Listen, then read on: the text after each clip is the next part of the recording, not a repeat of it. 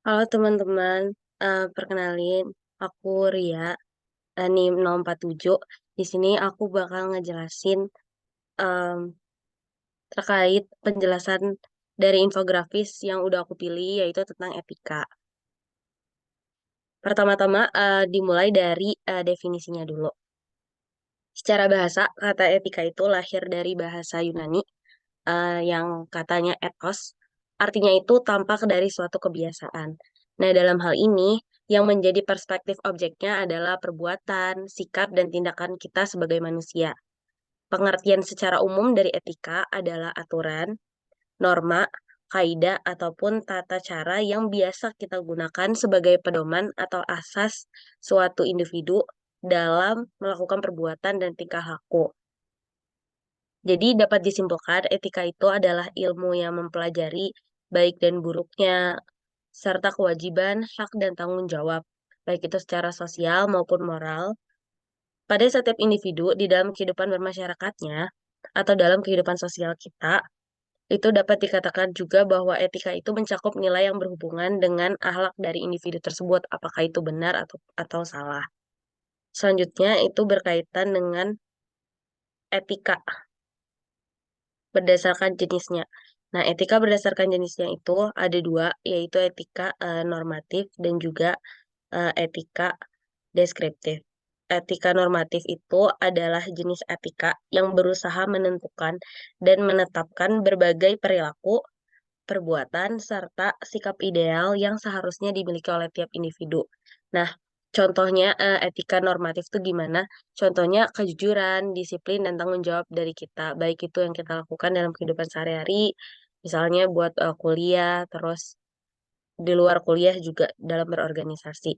Nah, selanjutnya yang kedua itu ada etika deskriptif. Jadi etika deskriptif itu adalah jenis etika yang berusaha memandang perilaku, sikap sikap individu, serta apa yang individu itu kejar di dalam hidup ini atas atas perkara yang memiliki nilai. Nah, contoh dari etika deskriptif itu masyarakat Jawa yang mengajarkan tata krama berhubungan dengan orang yang lebih tua daripada kita.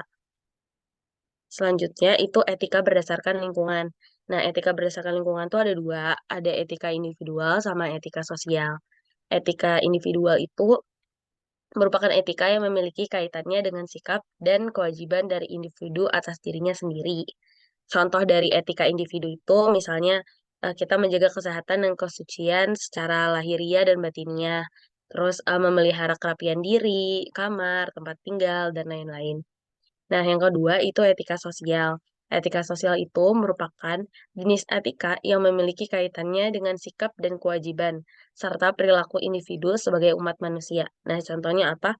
Contohnya itu ketika kita menghargai karya orang lain, menghargai pendapat orang lain, memberikan informasi pribadi sewajarnya, dan menggunakan penggunaan komunikasi yang baik gitu. Selanjutnya itu masuk ke manfaat etika. Nah, di sini udah ada juga empat. Yang pertama itu penghubung antar nilai-nilai norma. Yang kedua, pembeda antara yang baik dan buruk. Jadi kita tuh punya acuan dalam hidup, ya ini si etika ini adalah acuan kita untuk menentukan apa yang harus kita lakukan dan apa yang tidak perlu kita lakukan. Supaya kehidupan sosial kita juga lancar ke depannya gitu. Yang ketiga itu penjaga aturan-aturan yang telah disepakati. Terus yang keempat, penguat sifat kritis untuk mempertimbangkan perasaan dan pemikiran dalam pengambilan solusi. Selanjutnya itu contoh etika dalam kehidupan sehari-hari. Yang pertama, menunjukkan sikap hormat kepada orang lain. Terus yang kedua, tidak memandang rendah orang lain. Terus yang ketiga, berperilaku sopan dengan menepati waktu. Yang keempat, menghargai perbedaan pendapat, seperti yang aku udah sebutin di contoh etika sosial tadi. Terus yang kelima itu, membantu orang lain yang membutuhkan. Untuk dari infografis ini sendiri sih udah selesai. Itu aja dari penjelasan dari aku. Terima kasih, guys.